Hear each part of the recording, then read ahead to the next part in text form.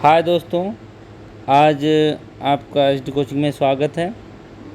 आज हम आपके लिए नई सीरीज लेके आए हैं, खेल चिकित्सा विज्ञान। और ये सबसे महत्वपूर्ण सीरीज है क्योंकि सबसे ज़्यादा एग्जाम में यहीं से सवाल पूछे जाते हैं।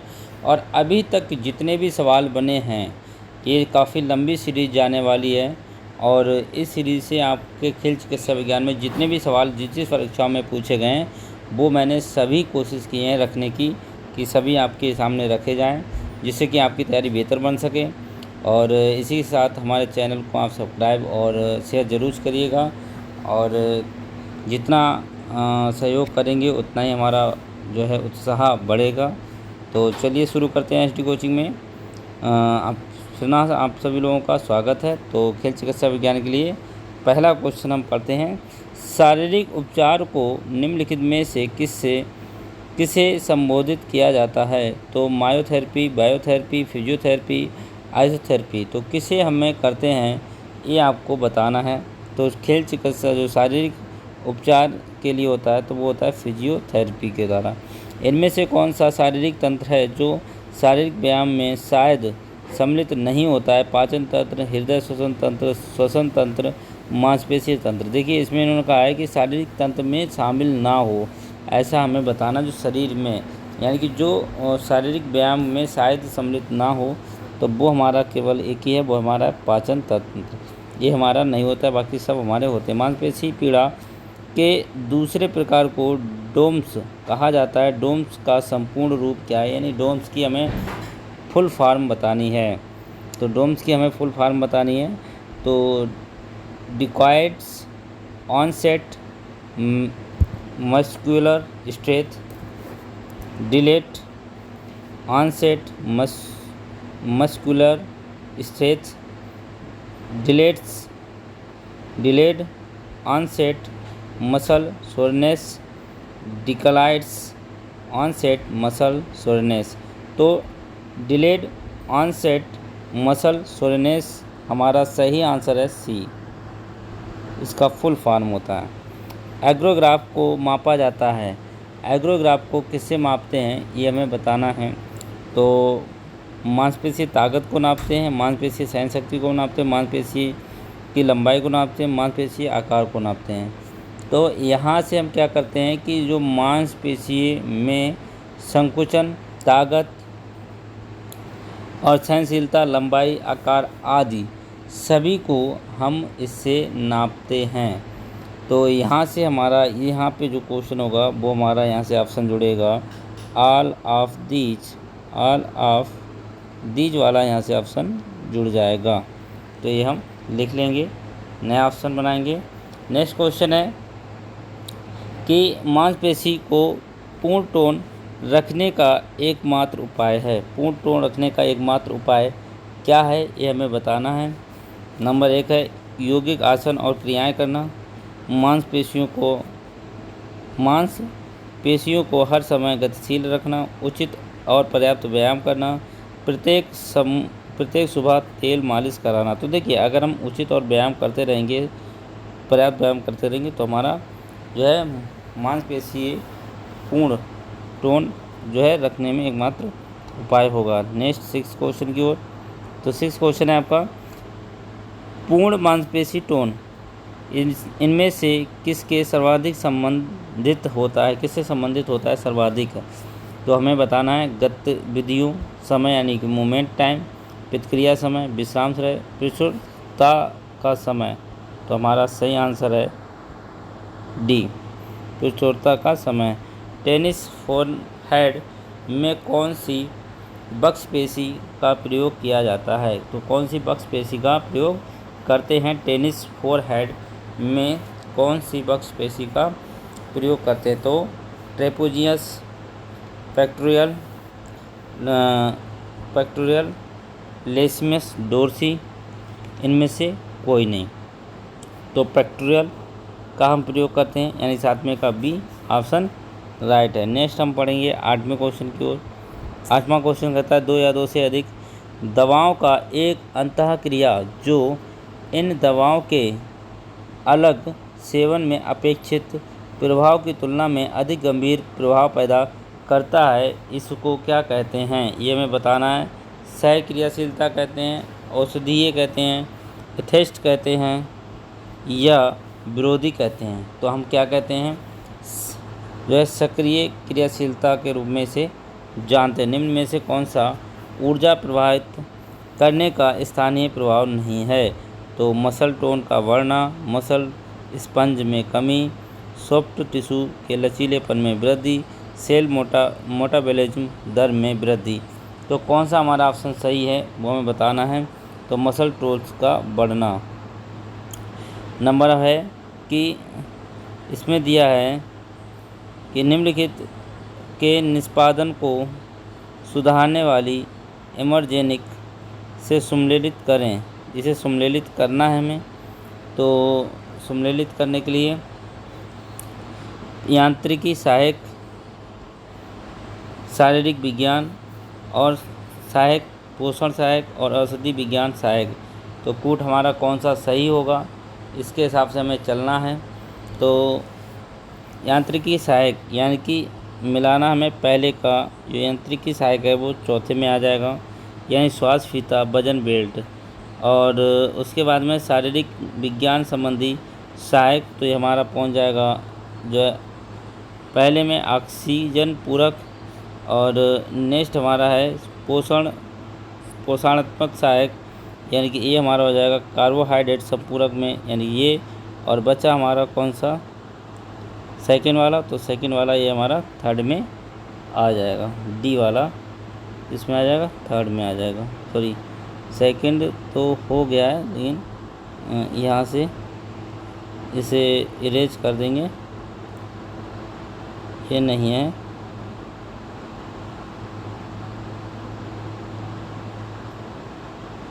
तो यहाँ से हम कौन सा लगाएंगे, डी का थर्ड, ठीक है। तो कौन सा वाला हमारा ऑप्शन मिल रहा है, हमारा ऑप्शन मिल रहा है फर्स्ट ऑप्शन हमारा सही है। इससे आगे बढ़ते हैं। नेक्स्ट क्वेश्चन, बायोकेनिक्स के शब्द में गुरुत्वाकर्षण का हमारे ऊपर क्या असर पड़ता। तो यहाँ पे सीधी सी बात है, स्थायी तत्व, भार, संतुलन, आयतन। तो यहाँ पे भार, गुरुत्वाकर्षण का भार के ऊपर ज़्यादा पड़ता है। शारीरिक शिक्षा मूलतः एक मनोवैज्ञानिक प्रवृत्ति, जीव विज्ञानी संबंधी आवश्यकता, दार्शनिक धारणाएं, सामाजिक गुण। तो क्या हमारा इसमें से सही होगा, ये आपका उत्तर देना है। तो यहाँ पे उत्तर है जीव विज्ञान संबंधी आवश्यकताएं हमारा सही उत्तर होगा। निम्नलिखित में से किसके द्वारा शारीरिक शिक्षा यानी फिजिकल एजुकेशन की नींव को मजबूत किया जा सकता है। वैज्ञानिक तथ्यों के द्वारा, दार्शनिक कल्पनाओं द्वारा, सांस्कृतिक विरासत द्वारा, शारीरिक सांस्कृतिक द्वारा। तो किसके द्वारा हमारा जो है किया जा सकता है शारीरिक शिक्षा का, इसका हमें सही आंसर बताना है। तो इसका सही आंसर है जहाँ पे वैज्ञानिक, देखिए जहाँ पे आपको वैज्ञानिक तथ्य आ जाएं तो वो सबसे महत्वपूर्ण चीज़ होती है, मजबूत चीज़ मानी जाती है। जंपिंग जैक में हाथ को बगल में उठाना इसमें एक उदाहरण है। यानी जंपिंग जैक में अगर हम हाथ में को बगल में उठा लें तो घूर्णन, रोटेशन होता है, चक्रीय घूर्णन, सकर्मडक्शन होता है, एडक्शन होता है या मोड़ना होता है। तो यहाँ से सीधा अबडक्शंस होता है। भारत में कुल स्वास्थ्य सेवा प्रारंभ कब हुई। तो भारत में स्कूल स्वास्थ्य सेवा कब प्रारंभ हुई। तो ये हमारी हुई है 1909 में। कब हुई है, 1909 में। इसे हम सीधा ही आपको बता रहे हैं। तो इसमें आपका अगला है, एंथ्रोपोमेट्रिक मापन को अत्यधिक सही और विश्वसनीय बनाने के लिए कम से कम कितनी बार मापना महत्वपूर्ण होता है। 1 बार, 2 बार, 3 बार। तो एंथ्रो और अनेक बार जितना संभव हो सके। तो एंथ्रोपोमेट्रिक मापन अत्यधिक बार, ठीक है। तो एंथ्रो की बात हो रही है, इसके बारे में थोड़ा जान लेते हैं। ये मानवीय शास्त्रीय मापन है, इसे मानवीय शास्त्रीय मापन भी कहते हैं। एंथ्रोपोमेट्रिक मेजरमेंट के तहत ऊंचाई, वजन, छाती, सिर की परिधि आधार मूल्यांकन किया जा सकता है। इसका जो सही उत्तर है तो वो हमारा इसके साथ में सही उत्तर होगा कि इसे केवल कितनी बार, 2 बार इसका मापन हम कर सकते हैं। कितनी बार, 2 बार ही मापन कर सकते हैं। तो स्प्लेन में इनमें से कौन सा प्रभावित होता है? तो स्प्लेन में जो होता है उसमें कौन सा अंग हमारा ज़्यादा प्रभावित होता है? तो देखिए इसमें हमारा लिगामेंट और जोड़, यानी कि कौन सा हमारा सही है? डी ऑप्शन हमारा सही है। नेक्स्ट क्वेश्चन को, खिंचाव चोट है, तो खिंचाव चोट है स्नायु, अस्थि बंधुओं की, मांसपेशियों की, हड्डियों की, ऊतकों की। तो इसमें हमारा स्नायु से लगने वाली जितने भी चोट हैं। जब एक ढांचे का एक हिस्सा फट जाता है परंतु शरीर के साथ जुड़ा रहता है, क्या कहलाता है? तो इसका हमारा सही आंसर होगा ये अवलजन कहलाता है। ये ऑप्शन सही है। श्लेष्म पुटी में सूजन अथवा छोटी झिल्ली में तरल पदार्थ को जाना जाता है, किससे जाना जाता है?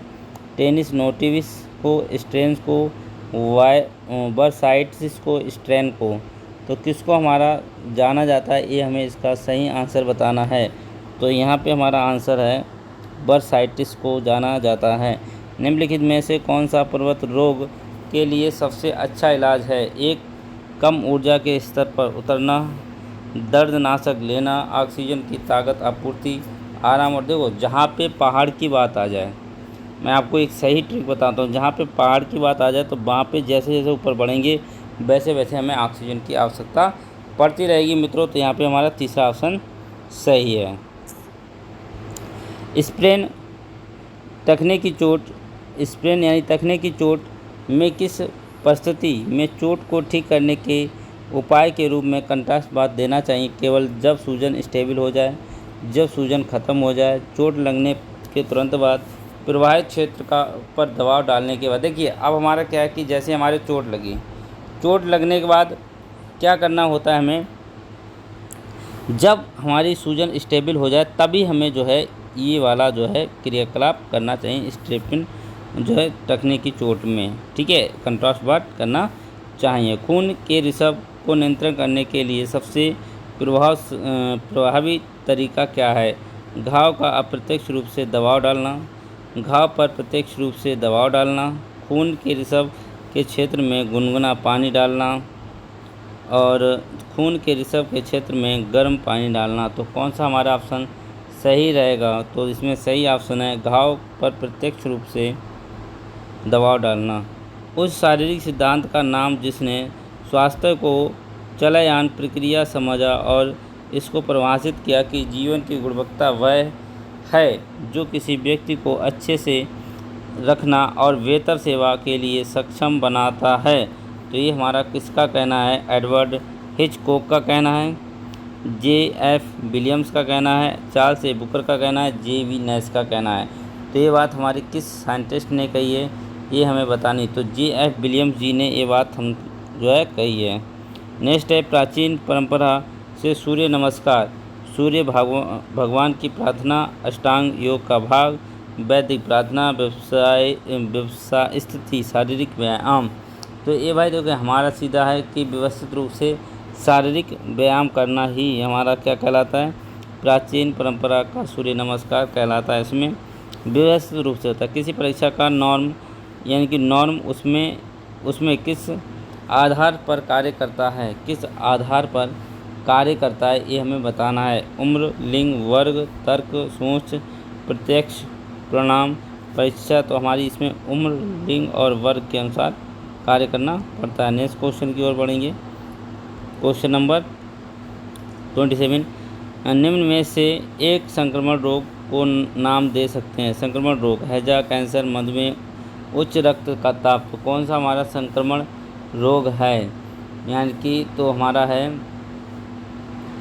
इसमें हैजा। कौन सा है? हैजा है जो आंत को प्रभावित करता है। व्यायाम के दौरान मांसपेशियों में या तंत्रिका कोशिका में विद्युत क्रिया उत्पन्न हो जाती है जो कहलाती है रेस्टिंग मेम्ब्रेन पोटेंशियल, आवेग, एक्शन पोटेंशियल, इंसेक्ट्रिक ध्यान, उपकेंद्रित ध्यान जिसे बोलते हैं। तो 28 का कौन सा सही है आप लोग बताइएगा।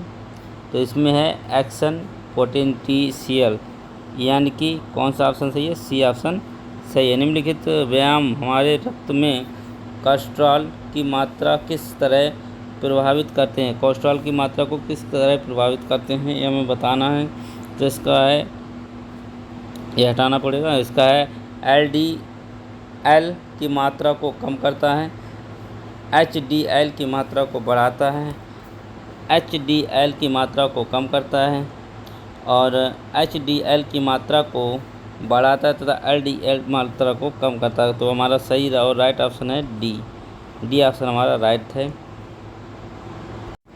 नेक्स्ट क्वेश्चन, स्वास्थ्य एवं बीमा वैज्ञानिकों के अनुसार स्वस्थ रहने के लिए कम से कम कठिन व्यायाम करना चाहिए। प्रतिदिन 1 घंटा सुबह एवं 1 घंटा शाम, केवल 1 घंटा सुबह, आधा घंटा शाम, आधा घंटा एक दिन में और सप्ताह में 3 दिन, 3 घंटे प्रत्येक सप्ताह में। तो कौन सा हमारा ऑप्शन सही है इसके साथ में? तो हमारा आधा घंटा एक दिन में और सप्ताह में 3 दिन। तो आधा घंटा तो हमें लगभग मिनिमम जो है व्यायाम करना ही चाहिए, सप्ताह में 3 दिन तो करनी चाहिए। हाँ, आधा घंटा। अपने आप को स्वस्थ रखने के लिए मनुष्य को प्रतिदिन कम से कम कितने समय का व्यायाम करना चाहिए? तो अभी हमने बताया है, इसमें कुछ बताने वाली बात ही नहीं है, सीधा भी हमने बताया कि एक दिन में कम से कम 30 मिनट तक हमें व्यायाम करना चाहिए। अच्छे स्वास्थ्य के लिए किस प्रकार का व्यायाम आवश्यक होता है? तो अच्छा अगर हमें स्वास्थ्य रखना है तो किस प्रकार का व्यायाम हमें करना पड़ेगा? तो इसके साथ में हल्का है, भारी है, सख्त है, जिसे बोलते हैं माध्यम प्रकार का है, नियमित है। तो हमें क्या नियमित व्यायाम करना चाहिए। नियमित शब्द हमारा सबसे बढ़िया शब्द है।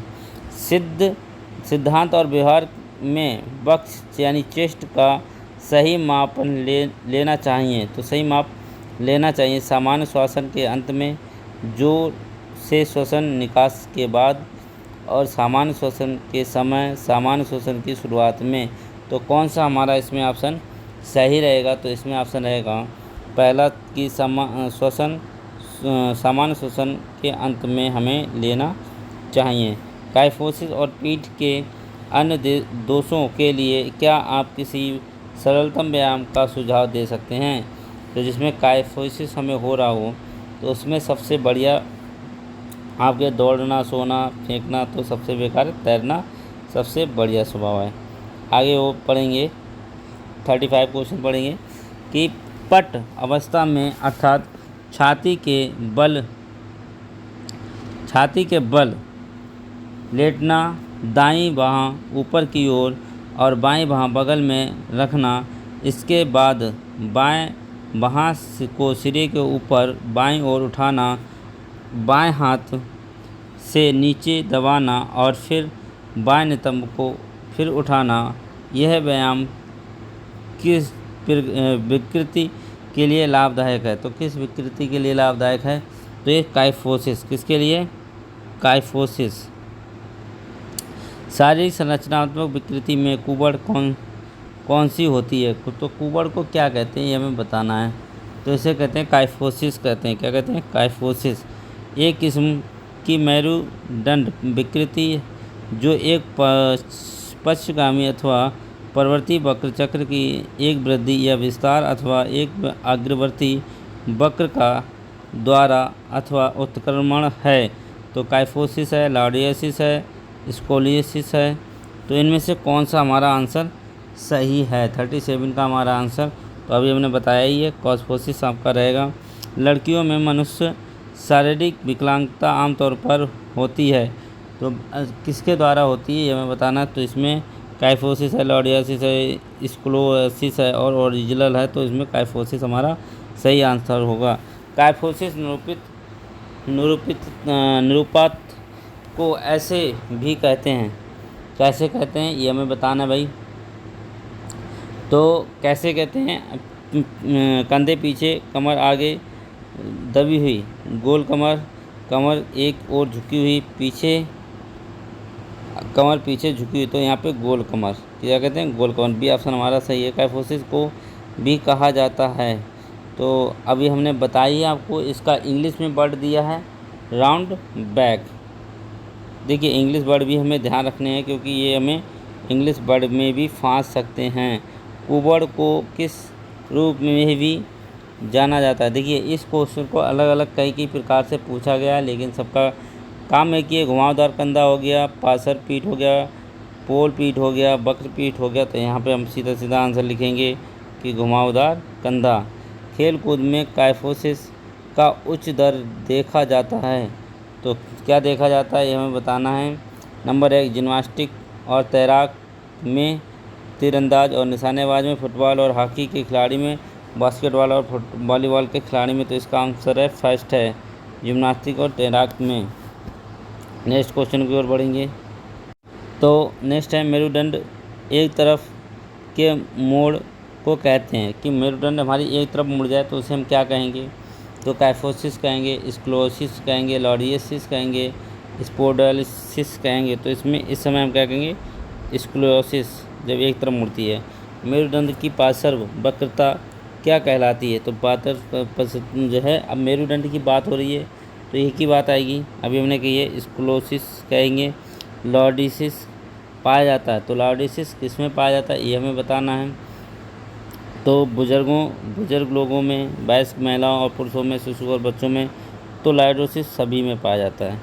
प्लेंटर फ्लेक्स गतिविधि या मूवमेंट केवल है तो किसके लिए है प्लेंटर भाई फ्लेक्शन। तो ये केवल है कूले हिप्स में है, घुटने में है, कलाई में है, तो टखने में है। तो इसका प्रयोग केवल टखने में ही किया जाता है। ठीक है, नेक्स्ट क्वेश्चन बढ़ेंगे 47 क्वेश्चन की ओर। प्रोनेशन एक संधि विधि है जिसमें क्या है ये हमें बताना है। अग्रबाहु का घूर्णन होता है जिसमें हथेली पीछे की ओर हो जाती है। अग्रबाहु का घूर्णन होता है जिसमें हथेली आगे की ओर हो जाती है। कंधे जैसे शरीर के भाग ऊपर किए जाते हैं और कंधे जैसे शरीर के भाग नीचे किए जाते हैं। तो हमारा पहला इसका ऑप्शन सही है कि अग्रभाग वाला ऑप्शन हमारा बिल्कुल राइट आंसर। नेक्स्ट है कि क्या है कि हथेली को नीचे की ओर घुमाने को कहते हैं। हथेली जो होती है उसे अगर हम नीचे घुमा दें, मतलब ऊपर से क्या कर दें नीचे कर दें, तो उसे क्या कहेंगे। तो देखिए इन्वर्जन कहेंगे, एक्सजन कहेंगे या प्रोनेशन कहेंगे। तो हम क्या कहेंगे प्रोनेशन, सुप्रिनेशन, प्रोनेशन आराम से कहेंगे। तो मोटर क्षमता परीक्षा और सक्षमता यानी फिटनेस और एथलेटिक्स कौशल परीक्षण के परिणाम को कैसे प्रदर्शित किया जा सकता है। गुणात्मक, संख्यात्मक, विषयवार और नकारात्मक। तो किस प्रकार से सही कर सकते हैं हम, संख्यात्मक रूप से। जितनी ज़्यादा संख्या होगी उतने ज़्यादा सुधार हो। हमारे शरीर में वसा तथा टिश्यू के मेल को कहते हैं। जिसमें वसा और टिश्यू मिलते हैं तो क्या कहते हैं, न्यूट्रिशन कहते हैं, बॉडी कंपोजिशन कहते हैं, मांसपेशी की ताकत कहते हैं, शारीरिक स्वास्थ्य कहते हैं। तो यहाँ पे हमारा सही है कि बॉडी कंपोजिशन कहा जाता है। नेक्स्ट हमारा क्वेश्चन है 52 की ओर चलेंगे।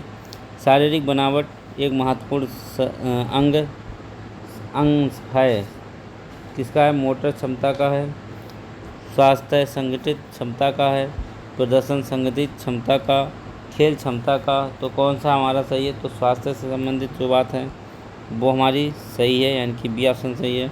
निम्न में से कौन सा परीक्षण शारीरिक क्षमता दक्षता को मापने की विधि नहीं है। ऊपर 12 सेकंड, मिनट 4 दौड़, बॉडी का मापन, सिट एंड रिस्ट, चेस्ट और ऊंचाई। तो किससे हम नहीं माप सकते ये हमें बताना है। तो ऊंचाई मापन से हम नहीं माप सकते, ऊंचाई मापन हमारा गलत है। डॉक्टर केनेथ कपूर किसके व्याख्याता थे। तो हार्वर्ड स्टेप टेस्ट के थे, JCR टेस्ट के थे, 12 मिनट दौड़ पादप विश्लेषण के थे, या उपरोक्त में से कोई नहीं। तो 54 का हमें ऑप्शन बताना है, कौन सा ऑप्शन हमारा सही जाने वाला है। तो देखते हैं कौन सा सही जाएगा। तो 12 मिनट दौड़ अथवा पदम यात्रा परीक्षण, यानी कि सी ऑप्शन हमारा सही है। 12 मिनट दौड़ या चाल कपूर टेस्ट किस क्षमता का मूल्यांकन करता है। तो किस क्षमता का भाई ये मूल्यांकन कर सकता है ये हमें बताना है। एक गति सहनशीलता को कर सकता है, गति सहनशीलता को। नेक्स्ट हम बढ़ेंगे।